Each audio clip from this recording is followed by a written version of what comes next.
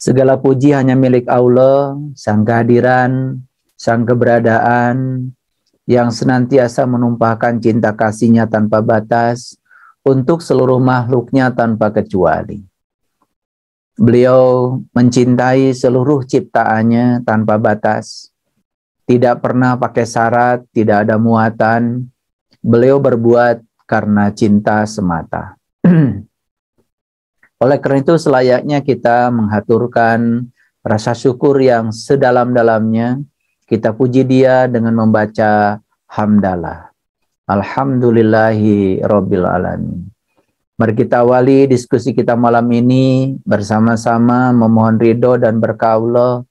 Semoga Allah membukakan pintu kecerdasan, pintu kesadaran, pintu kedewasaan, untuk menangkap pesan-pesan ilahi yang sebentar lagi akan disampaikan kepada kita semuanya. Mari kita sapa semuanya dengan kelembutan dan cinta, seraya membaca basmalah. Bismillahirrahmanirrahim. Malam ini saya mengambil tema surat kuasa Tuhan, sekaligus juga tanda tangan Tuhan. Mungkin judul ini membingungkan kalau belum dijelaskan. Bagaimana Tuhan bisa memberikan surat kuasa? Bagaimana Tuhan membubuhkan tanda tangan pada surat kuasa-Nya? Oleh karena itu, semoga kita diberikan kedewasaan untuk menangkap pesan dari judul ini, karena saya ingin menyampaikan sesuatu yang penting. Karena sekarang ini begitu banyak orang-orang yang terbuka mulutnya, sementara masih tertutup kesadarannya, tertutup penglihatan kolbunya, mengatasnamakan Tuhan, membicarakan Tuhan, bahkan merasa sebagai wakil Tuhan, tetapi sifat-sifatnya tidak mencerminkan kepribadian Tuhan. Atas dasar dorongan itu, maka malam ini kita mengusung judul ini. Semoga judul ini membawa kesadaran baru bagi kita semua, sehingga kita bisa mengerti tujuan hidup sekaligus juga arti dari kehidupan. Siapapun yang sudah bisa melihat kehidupan sebagai anugerah. Anugerah itu berarti berkah yang diberikan oleh Beliau Sang Maha Tinggi kepada kita, yaitu belas kasih-Nya, cinta kasih-Nya yang diberikan kepada kita tanpa muatan, tanpa syarat. Beliau tidak pernah berbuat kebaikan bergantung pada kebaikan kita. Beliau berbuat kebaikan atas dasar cinta, karena beliau adalah maha cinta, karena beliau adalah maha segalanya, tidak memiliki defisit ya cinta, sehingga beliau bertindak atas nama cinta, dan cinta itu bertindak tanpa syarat. Oleh karena itu, maka malam ini kita akan diskusi lebih dalam tentang hal ini. Para sahabatku, dimanapun para sahabat berada, beradalah di sana sepenuhnya, hadir di sini saat ini sekarang, karena waktu kita yang sesungguhnya adalah saat ini.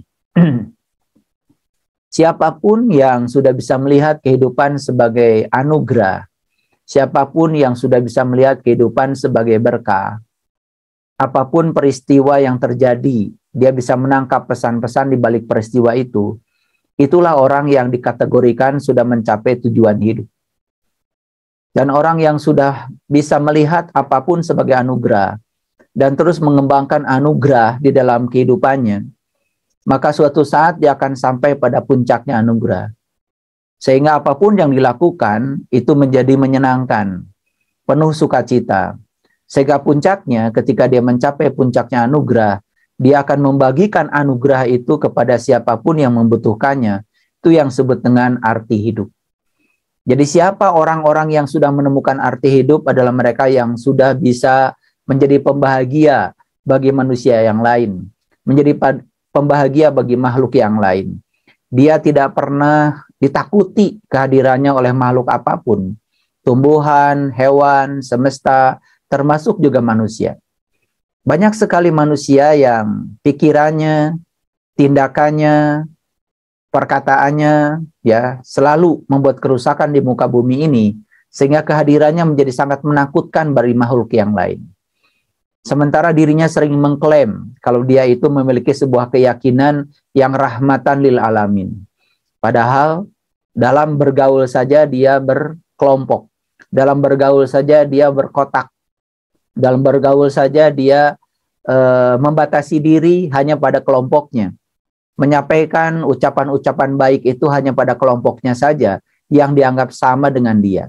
Begitu dia melihat kelompok lain yang berbeda, maka rahmat itu tidak diberikan pada yang lain.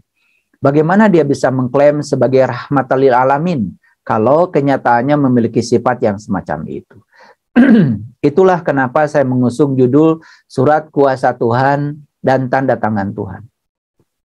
Kita paham dalam kehidupan sehari-hari, surat kuasa itu memiliki legalitas kalau di dalamnya ada tanda tangan yang memberi kuasa.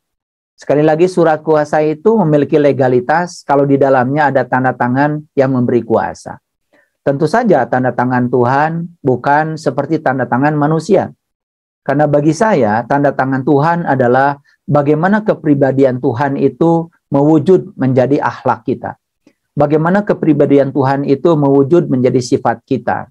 Karena sesungguhnya manusia itu pada hakikatnya secara spiritual, dia ini adalah percikan dari cahaya Tuhan. Manusia ini adalah ruh yang ditiupkan Tuhan. Jadi ruhnya Tuhan. Maka Tuhan mengatakan dalam Al-Quran, ya, setelah aku sempurna menciptakan tubuhmu, aku tiupkan ruhku. Jadi yang ditiupkan ke dalam tubuh manusia itu adalah ruhku.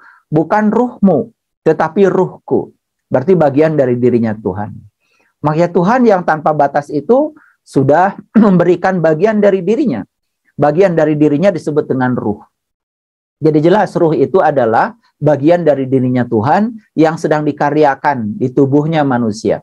Oleh karena itu, maka tubuh manusia dengan daya yang ada di dalam dirinya itu menjadi wakil Tuhan, menjadi penjaga bumi ini untuk menyampaikan cinta kasih Tuhan. Makanya Tuhan di dalam Al-Quran mengatakan, Yadullah fauqa aidihim. Tangan Allah ada pada kamu. Jadi kita sering melihat, ya, kita sering merasakan bahwa seakan-akan tangan ini adalah tangan kita. Tapi Allah sendiri mengatakan dalam Al-Quran, Yadullah fauqa aidihim. Tangan Allah ada pada kalian. Tangan Allah ada di atas kalian. Jadi sebetulnya ya, Yadullah, tangan ini bukan tangan kita pada hakikatnya, tapi tangannya Allah. Yang diberikan tangan ini ya dengan kesempurnaannya seperti ini, itu cuma manusia. Ada yang diberikan yang sama dengan manusia, yaitu monyet. Tetapi monyet tentu saja tidak memiliki kesempurnaan akal. Saya sering mengatakan, kalau kita letakkan pakan ikan di pinggir kolam, tetapi pakan ikan itu tidak disentuh oleh tangan kita, maka pakan ikan itu tidak mungkin diambil oleh ikan. Karena ikan itu tidak mungkin bisa mengambil pakan ikan di pinggir kolam. Dia hanya bisa menyantap pakan ikan yang sudah ditabur di dalam kolam. Perlu cinta kasih, perlu belas kasih, perlu ada upaya dari manusia lewat tangannya untuk menyampaikan itu. Kalau ada tanaman ya ditaruh di pinggir sungai ya, dan tanaman itu ya tidak diberikan air oleh tangan manusia, tentu saja karena tanaman tidak bisa mengambil air, dia tidak punya tangan. Tumbuhan tidak punya tangan, ikan juga tidak punya tangan. Mereka semua tidak punya tangan yang sesempurna manusia. Oleh karena itu maka tangan manusia itu menjadi tangan Tuhan. Tangan manusia ini diberikan kepada kita bukan hanya untuk kita, untuk manusia, tetapi tangan ini akan menjadi pelayan bagi makhluk yang lain. Itulah ya, dengan tangan ini kemudian kita bisa memproduksi berbagai macam produk teknologi, produk-produk yang lain yang bisa menunjang kehidupan. Di depan saya ada laptop, di depan saya ada kamera, di depan saya ada kursi, di depan saya ada ruangan. Itu kan sebetulnya hasil ya karya tangannya manusia. Dan tangan manusia ini adalah tangannya Tuhan sebetulnya hakikatnya. Oleh karena itu, maka manusia harus sadar bahwa sebetulnya dia itu ya oleh Tuhan diciptakan semata-mata untuk kepentingan Tuhan, bukan untuk kepentingan manusia itu sendiri. Nah, kebanyakan manusia malah justru lebih banyak mengumpulkan sesuatu hanya untuk kepentingan dirinya. Dia lupa bahwa sesungguhnya dia diciptakan Tuhan untuk kesenangan Tuhan. Para sahabatku, ya, sekali lagi surat kuasa itu ya tentu saja menjadi legal kalau ada tanda tangan Tuhan. Dan siapa orang yang boleh menyatakan diri memiliki kuasa dari Tuhan? Itulah yang akan kita perbincangkan malam ini. Tentu saja yang punya ya kewenangan untuk menyatakan saya mendapatkan kuasa dari Tuhan adalah mereka yang punya tanda tangan Tuhan. Dan mereka yang punya tanda tangan Tuhan adalah mereka yang sudah bisa menjelmakan kepribadian Tuhan di dalam dirinya. Makanya Nabi Muhammad salah satu contohnya disebut dengan tahaluk bi akhlakillah, berakhlak seperti akhlaknya Allah. Berakhlak seperti akhlaknya Allah berarti dia itu memiliki sifat-sifat Allah. Jadi sifat-sifat Allah sudah mewujud menjadi sifat-sifatnya. Itulah orang yang dikategorikan sebagai pemegang kuasa Tuhan karena dia sudah memiliki tanda tangan Tuhan. Bagaimana cara kita memiliki kuasa Tuhan dan bagaimana cara kita bisa memiliki tanda tangan Tuhan? Inilah yang menjadi diskusi kita malam ini. Tapi sebelum masuk ke sana, saya akan merinci dulu beberapa hal. Yang pertama, yang namanya surat kuasa. Surat kuasa itu kan sebetulnya dokumen yang memberi wewenang kepada pihak lain untuk melakukan perbuatan atas nama pemberi kuasa. Jadi sekali lagi surat kuasa adalah dokumen yang memberi wewenang kepada pihak lain untuk melakukan perbuatan atas nama pemberi kuasa. Jadi orang yang dikuasakan tidak boleh melakukan perbuatan di luar pemberi kuasa. Jadi orang yang diberi kuasa tentu saja hanya boleh melakukan sesuatu sebatas yang dikuasakan kepada dirinya. Nah, itu yang pertama, ya. Apa yang dimaksud dengan kuasa? Kan kuasa itu adalah daya. Kekuasaan itu adalah kekuatan. Dalam bahasa Inggris, kuasa itu disebut dengan power.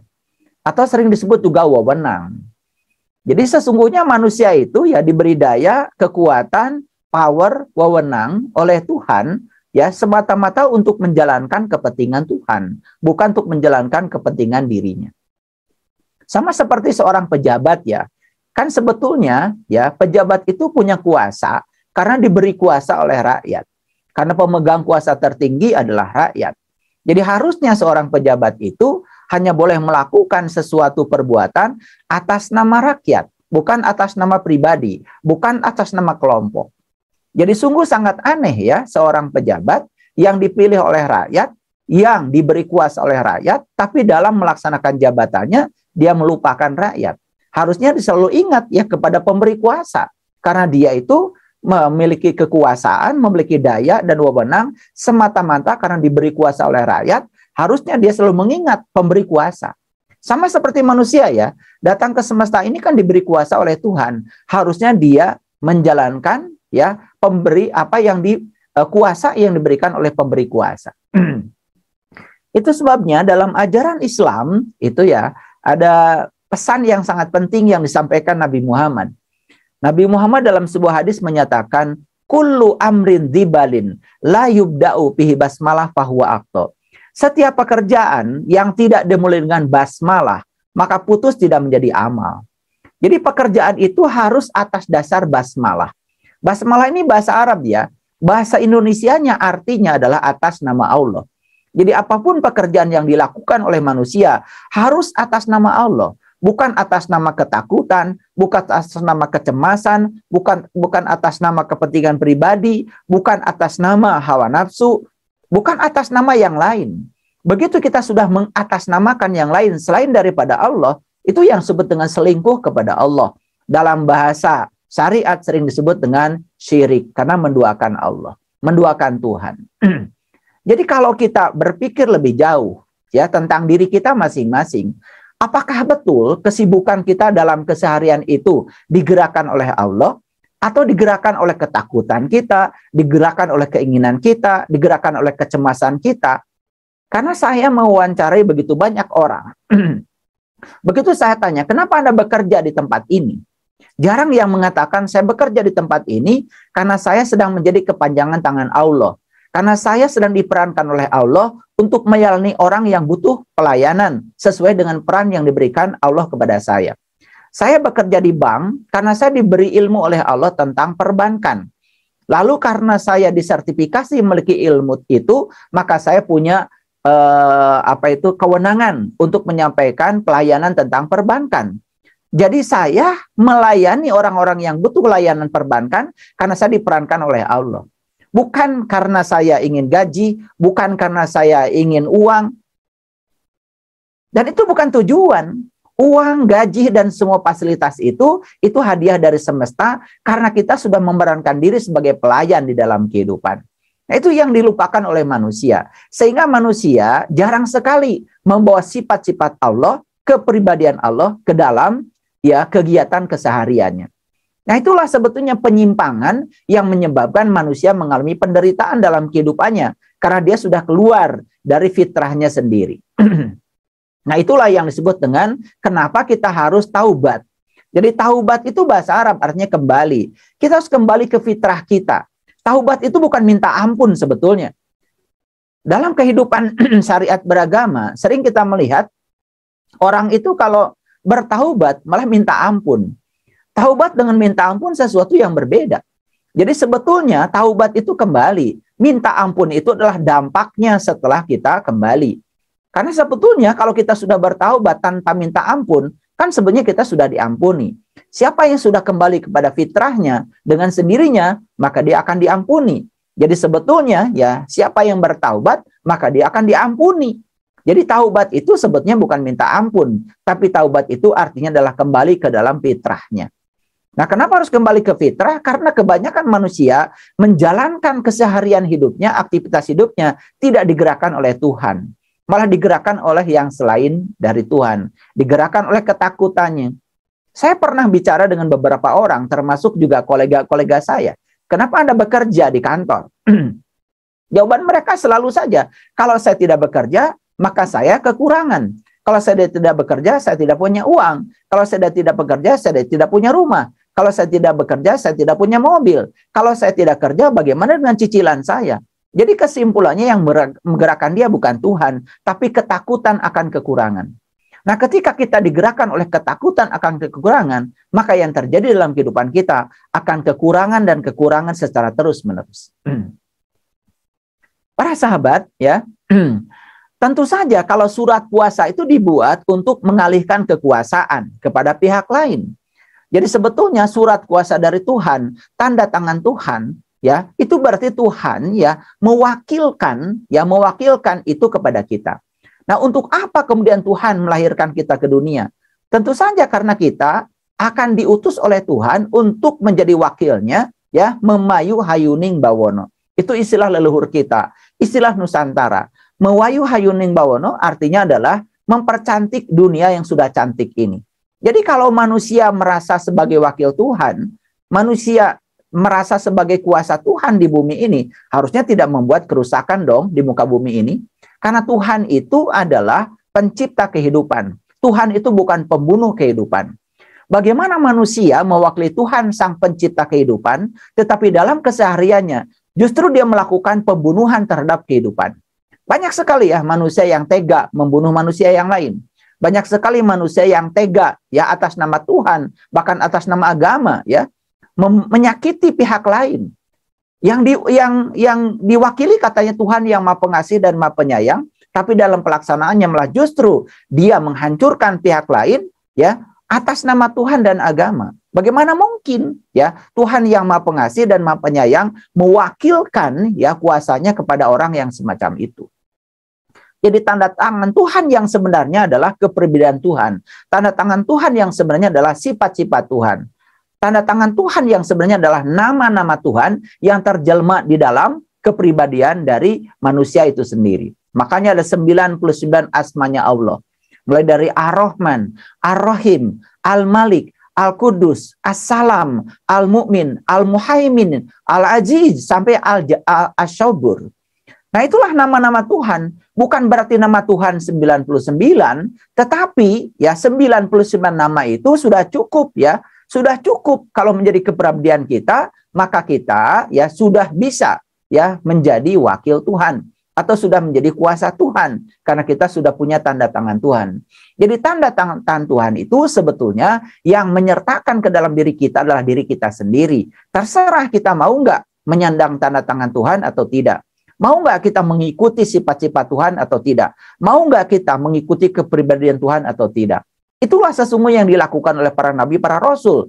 Mereka melakukan perubahan tidak keluar, tapi melakukan perubahan ke dalam dirinya sendiri. Dengan cara apa? Membubuhkan tanda tangan Tuhan di dalam dirinya.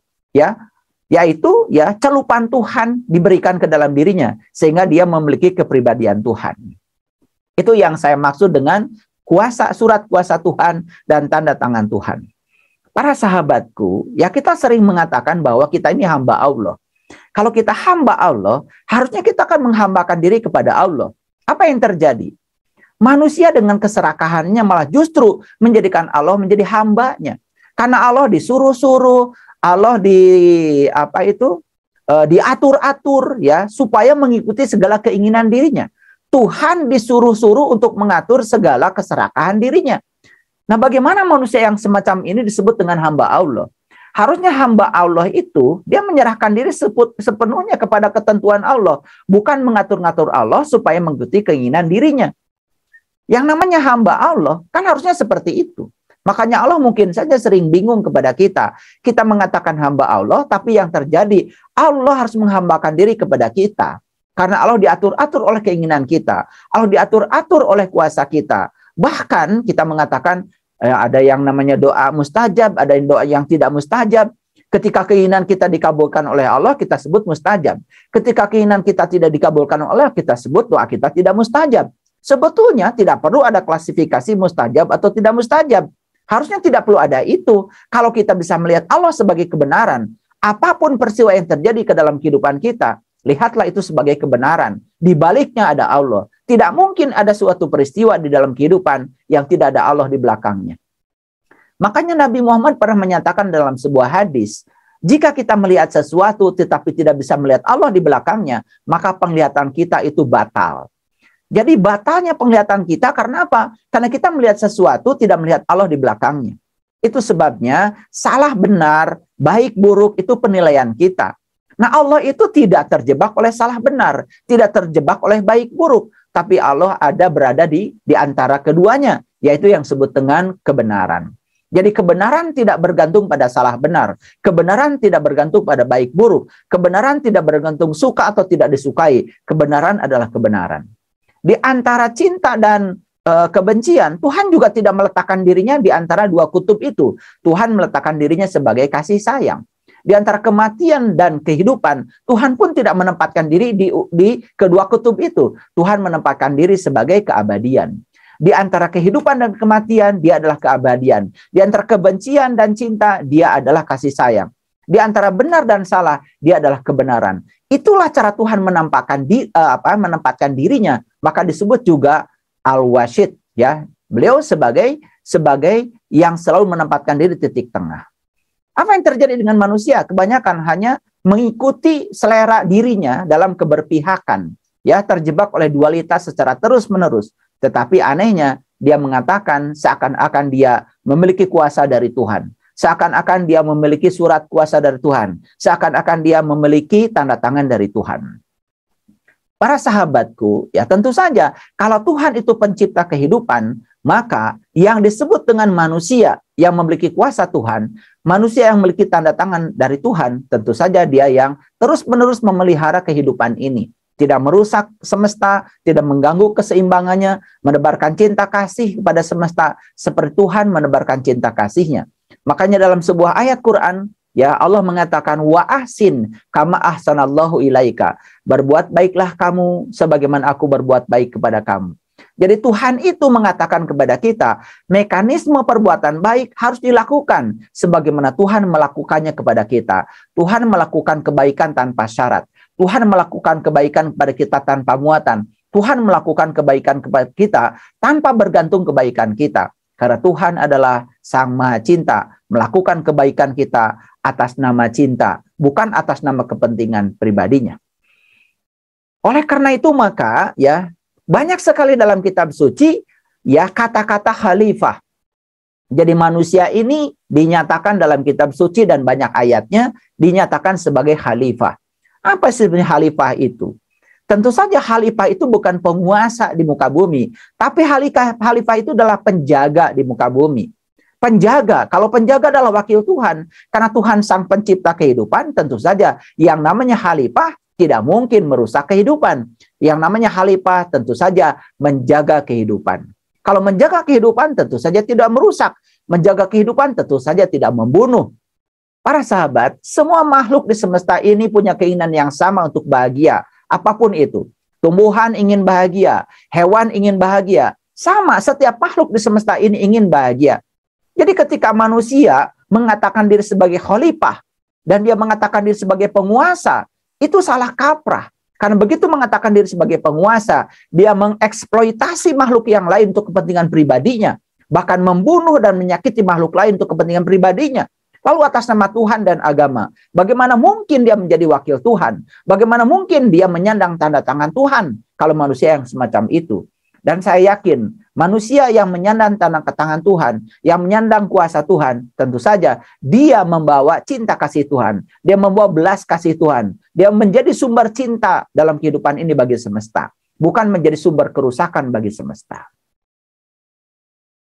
Oleh karena itu maka tugas kita dalam kehidupan ini adalah menata diri. Ya, yang pertama menata diri ke dalam, yang kedua menata diri keluar.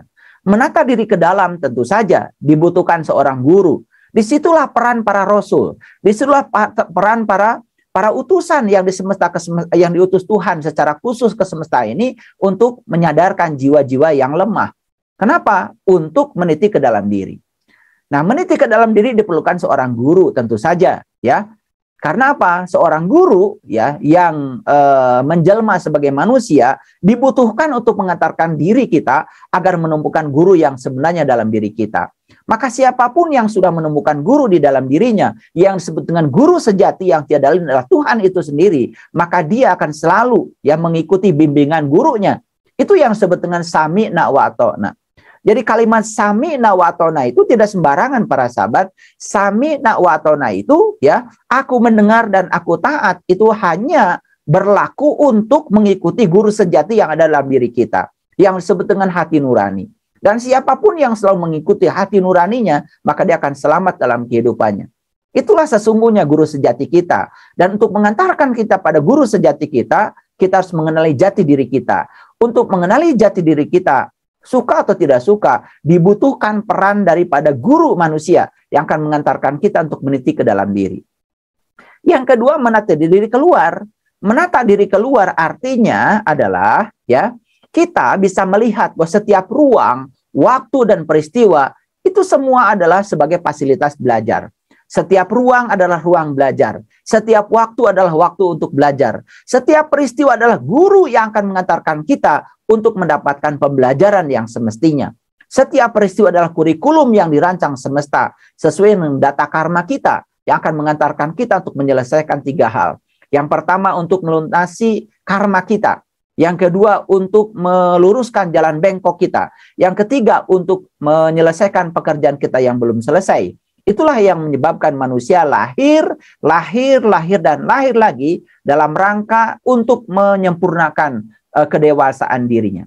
Siapa orang yang sudah dewasa itu? Tentu saja kedewasaan bukan hadiah.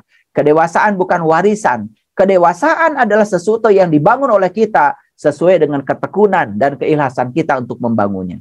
Jadi para sahabat, di semesta ini ada 3 hal. Satu ada ruang, yang kedua ada waktu, dan yang ketiga ada peristiwa. Ruang, waktu itu adalah fasilitas untuk terjadinya peristiwa. Setiap ruang menjadi ruang belajar bagi kita. Setiap waktu adalah waktu belajar bagi kita. Dan setiap peristiwa itu adalah guru-guru kita. Banyak yang mengabaikan peristiwa tidak sebagai guru, malah peristiwa dianggap sebagai sesuatu yang sering diberi judul kadang-kadang musibah, kadang-kadang berkah. Itulah kesalahan kita. Ya, musibah dan berkah itu bukan dari Tuhan. Musibah dan berkah itu adalah judul-judul yang diberikan oleh kita sendiri. Begitu kita mendapatkan sesuatu yang sesuai keinginan kita, kita sebut berkah. Begitu mendapatkan sesuatu yang tidak sesuai dengan keinginan kita, disebut musibah. Padahal di belakang musibah dan berkah, mungkin saja ada kebenaran. Suka atau tidak suka, kebenaran adalah kebenaran, tidak bergantung kepada suka atau tidak kita suka. Jadi para sahabatku, ya, menjaga keselarasan antara pikiran, perkataan dan perbuatan agar selalu selaras dengan fitrahnya, itulah sesungguhnya ya surat kuasa kita. Itu sesungguhnya tanda tangan Allah pada diri kita. Itu yang sering dilupakan oleh manusia. Oleh karena itu maka manusia di dalam kehidupan ini diutus Tuhan untuk menjadi kepanjangan tangan Tuhan, untuk menyampaikan cinta kasih Tuhan. Dan Tuhan mengutus kita ke semesta ini tentu saja untuk menata semesta ini, ya. Tuhan mengutus kita ke dunia untuk mengurusi dunia. Maka untuk mengurusi dunia kita diberi bekal oleh Tuhan, yaitu sifat-sifat Tuhan. Nah, banyak yang salah kaprah. Kita datang ke dunia malah ngurusi yang lain, ya, bukan ngurusi dunia. Kita datang ke dunia ini untuk mengurusi dunia. Lalu supaya kita benar mengurusi dunia, kita diberi oleh Tuhan sifat-sifat Tuhan yang menjelma dalam ruhku yang ditiupkan Tuhan ke dalam diri kita. Jadi sebetulnya sifat-sifat Tuhan itu sudah diwariskan kepada kita. Cuma sifat-sifat itu tidak berkembang dalam diri kita. Kenapa tidak berkembang? Karena karunia yang diberikan Tuhan itu tidak dikembangkan oleh kita. Akibatnya kita tidak mengerti ya bagaimana cara membagikan karunia itu, sehingga banyak manusia tidak mengerti arti hidup. Makanya saya mengatakan 3 hal. Yang pertama adalah tujuan hidup. Siapa yang sudah mencapaikan tujuan hidup? Ya tentu saja yang sudah bisa melihat karunia Tuhan dalam hidup. Siapa yang sudah bisa ya menyelesaikan pekerjaan hidup? Ya tentu saja mereka yang sudah berhasil mengembangkan semua karunia Tuhan yang diberikan pada dia dalam hidup. Dan siapa yang sudah mencapai arti hidup? Mereka yang sudah membagikan semua karunia yang sudah dikembangkannya dalam kehidupan ini kepada mereka yang membutuhkan karunia itu. Itulah sesungguhnya ya. Makanya saya sering mengatakan kepada para sahabat ya, tidak ada dalam kehidupan ini yang bukan pemberian Tuhan. Jadi kalau kita tidak bisa memberi kepada orang lain karena kita lupa bahwa semua yang ada di tangan kita adalah pemberian. Dan saat kita melakukan pemberian, sesungguhnya kita tidak pernah memberikan pada siapapun. Kita memberikan pemberian kepada diri kita sendiri. Semua pemberian adalah untuk kita sendiri. Semua pemberian ujungnya adalah untuk kita sendiri. Tidak ada orang lain yang diberi. Bahkan sesungguhnya pemberian pun tidak ada. Yang diberi pun tidak ada. Yang memberi tidak ada, yang diberi tidak ada. Karena semua adalah Dia. Nah itulah yang disebut dengan kalimat La ilaha illallah. Tidak ada ya selain Dia. Yang mana yang bukan Dia? Ya.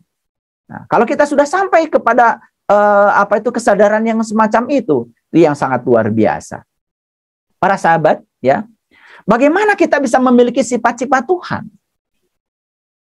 Sebenarnya sifat-sifat Tuhan itu sudah diberikan pada saat ditiupkan ruhku ke dalam diri kita. Lalu kenapa sifat-sifat itu kemudian hilang dari diri kita? Nah, sifat-sifat itu hilang dari diri kita karena kita di dalam kehidupan ini lebih banyak menjadikan pikiran sebagai majikan kita, bukan kesadaran sebagai majikan kita. Saya sering mengatakan bahwa pikiran adalah majikan yang sangat berbahaya, tetapi pikiran adalah pelayan yang sangat bagus. Karena majikan yang paling bagus bagi kita adalah kesadaran kita, dan kesadaran pasti berhubungan dengan jiwa. Jiwa berhubungan dengan Tuhan dan Rasul-Nya. Maka jiwa harus selalu bisa mengakses Allah dan Rasul-Nya. Bagaimana caranya? Itulah pentingnya meniti ke dalam diri. Harus ada tawasul, harus ada keterhubungan antara jiwa dengan Allah dan Rasul-Nya. Itu yang membuat sifat-sifat Tuhan tidak akan pernah lepas dari dirinya. Kita harus sadar bahwa sesungguhnya yang namanya manusia secara hakikat adalah makhluk cahaya. Yang namanya makhluk cahaya berarti dalam diri kita ada cahaya. Tugas kita di semesta ini adalah menebarkan cahaya ke dalam semesta, bukan menebarkan kegelapan. Banyak sekali, mohon maaf ya, manusia yang mengatasnamakan dirinya Tuhan, kemudian merasa punya kuasa dari Tuhan, merasa punya tanda tangan dari Tuhan, tetapi dalam prosesnya malah justru menebarkan kegelapan. Fitnah, hoax, kebencian, dan lain sebagainya. Apalagi penindasan pada orang lain. Karena perbedaan keyakinan, sebetulnya itu bukan cahaya yang ditebarkan, itu adalah kegelapan. Bagaimana mungkin manusia sebagai makhluk cahaya, tetapi dalam kehidupannya malah justru menebarkan kegelapan? Kan sesungguhnya sangat aneh. Jadi siapa yang disebut dengan manusia penerima kuasa Tuhan? Siapa yang disebut dengan manusia penerima tanda tangan Tuhan? Tentu saja mereka yang sadar bahwa sesungguhnya dirinya adalah makhluk cahaya. Yang namanya makhluk cahaya tugasnya adalah menyebarkan cahaya, bukan menyebarkan kegelapan. Siapapun yang menyebarkan kegelapan karena ketiadaan cahaya dalam dirinya. Nah, ketiadaan cahaya dalam dirinya itu yang disebut dengan kegelapan. Makanya aneh kalau manusia menyebarkan kegelapan. Para sahabat, fitnah, hoax, kebencian, ya, bahkan penindasan, bahkan penjajahan, bahkan ya membenci orang lain karena berbeda dengan kita, sesungguhnya kita sudah menebarkan kegelapan. Dan kegelapan tidak bisa dilawan oleh kegelapan. Kegelapan hanya bisa dilawan oleh cahaya. Makanya orang-orang yang berkesadaran tidak pernah ya melawan kegelapan dengan kegelapan. Dia lawan kegelapan dengan cahaya. Seperti itu Allah yang mengajarkan kepada kita. Allah selalu menebarkan cahaya kepada kita. Para sahabat, ya. Jadi manusia itu adalah tangannya Allah. Kalau manusia tangannya Allah, berarti manusia sebelum bertindak harus tanya dong kepada Allah. Apa sesungguhnya tugasku di semesta ini? Harusnya begitu, ya. Karena tidak mungkin ya ciptaan ya diciptakan oleh pencipta kecuali untuk menyenangkan penciptanya. Tidak mungkin ciptaan diciptakan oleh pencipta kecuali untuk menyenangkan penciptanya. Tidak mungkin ciptaan diciptakan oleh pencipta untuk menyenangkan ya ciptaan, hanya digunakan untuk menyenangkan penciptanya. Oleh karena itu, para sahabat, siapa yang ya memiliki kuasa di semesta ini sebagai pemilik kuasa Tuhan, dan siapa yang di semesta ini memiliki tanda tangan Tuhan adalah mereka yang selalu ya selalu sadar bahwa ya di dalam dirinya ada Tuhan dan dia harus bertindak sesuai dengan kepribadian Tuhan yang ada dalam dirinya. Nah, orang yang semacam itu tidak akan terjebak oleh dualitas, karena Tuhan tidak terjebak oleh dualitas. Jadi kalau dalam kehidupan kita masih terjebak oleh senang, tidak senang, benci, cinta, seperti itu ya, sifat-sifat dualitas, sesungguhnya kita belum memiliki kepribadian itu. Otomatis ya, kita jangan lalu mengklaim seakan-akan kita sebagai pemegang surat kuasa Tuhan. Barangkali itu ya sebagai prolog dari saya, dan saya sangat senang sekali kalau malam ini kita banyak berdiskusi ya tentang ini, terutama merefleksi diri, apakah betul kita ini ya pemegang kuasa Tuhan, apakah kita ini betul ya memiliki tanda tangan Tuhan. Tentu saja kita harus tanya pada diri kita. Saya ingin menyampaikan satu ayat dalam Al-Quran yang sangat saya kagumi. Mohon izin ya, saya akan share sebuah ayat dalam Al-Quran yang sangat saya kagumi. Ayat ini sangat luar biasa kalau bagi saya, ya, sangat luar biasa bagi saya. Ya, ini ayat ini cerita tentang celupan Tuhan. Jadi saya akan tampilkan dulu ayatnya, yaitu Quran surat Al-Baqarah. Ya, mohon izin kalau saya menampilkan ayat, ya, bukan berarti karena saya sedang mempengaruhi para sahabat yang lain untuk berkeyakinan dengan saya, tidak. Ya, ini adalah kebenaran dan semoga saya bisa menjelaskan secara saintifik, secara universal, sehingga ayat ini dipahami secara secara universal. Baik, saya akan tunjukkan Quran surat Al-Baqarah ayat 138. Ini ayat ini sangat saya kagumi sejak saya mempelajari spiritual. Ayat ini tidak pernah saya lupakan ya, karena ini sangat mendasar sekali. Ini adalah ayatnya, dan mohon maaf saya akan perbesar dulu supaya kelihatan di layar monitor para sahabat. Baik, sudah kelihatan ya ayat yang sudah saya share di grup ya, mohon maaf di Zoom ya. Ini ayatnya sangat luar biasa kalau bagi saya. Sibghatallah. Jadi sibghah itu artinya celupan ya. Sibghatallah itu adalah celupan Allah. Sibghatallah. Wa man ahsanu minallahi sibghah. Dan siapa yang lebih baik ya celupannya daripada Allah? Ini sebuah pertanyaan. Wa man ahsanu minallahi sibghah. Wa nahnu lahu abidun. Dan hanya kepadanya lah kami menyembah. Jadi ini cerita tentang celupan Allah. Jadi kalau kita berbicara tentang celup-mencelup, ya biasanya di dunia industri, ya kain, batik, itu kan ada celup-mencelup, ya. Jadi kalau batik itu dicelup, maka dia akan memiliki sifat seperti sifat dari yang mencelupnya. Jadi kalau batik misalnya asalnya kain itu warna putih, begitu dicelupkan ke dalam pewarna-warna merah, maka dia akan memiliki warna merah. Asalnya warna putih dicelupkan kepada pencelup yang berwarna biru, maka dia akan menjadi warna biru. Jadi sebetulnya Allah sedang berbicara tentang celupannya Allah. Bagaimana cara Allah mencelup kita? Ya tentu saja, ya cara Allah mencelup kita hanya bagi mereka yang mau dicelup. Mereka yang selalu menghindar saat mau dicelup oleh Allah, tentu saja tidak akan mendapatkan celupan Allah. Jadi siapa sesungguhnya manusia yang akan mendapatkan celupan Allah? adalah mereka-mereka yang mau menyatukan dirinya dengan Allah. Saya pernah membuat judul di YouTube itu ya, judulnya Orang Bodoh Mencari Tuhan, Orang yang Berakal Menyadari Tuhan. Nah, orang yang menyadari Tuhan sebenarnya orang yang menyadari kalau dia bersama Tuhan. Bahkan dia menyadari kalau dirinya berada dalam tubuhnya Tuhan. Jadi sebetulnya dia sudah berada dalam celupannya Allah. Tinggal dia membuka hijab antara dirinya dengan Allah. Maka begitu hijabnya dibuka antara dirinya dengan Allah, maka celupan Allah akan masuk ke dalam dirinya. Maka dengan demikian sifat-sifat Allah yang hilang dari dirinya akan kembali menjadi muncul. Maka dia menjadi memiliki kepribadian Allah kembali. Itulah yang disebut dengan tahaluk bi ahlakillah, berakhlak seperti akhlaknya Allah. Nah, itulah para sahabat barangkali sebagai prolog dari saya.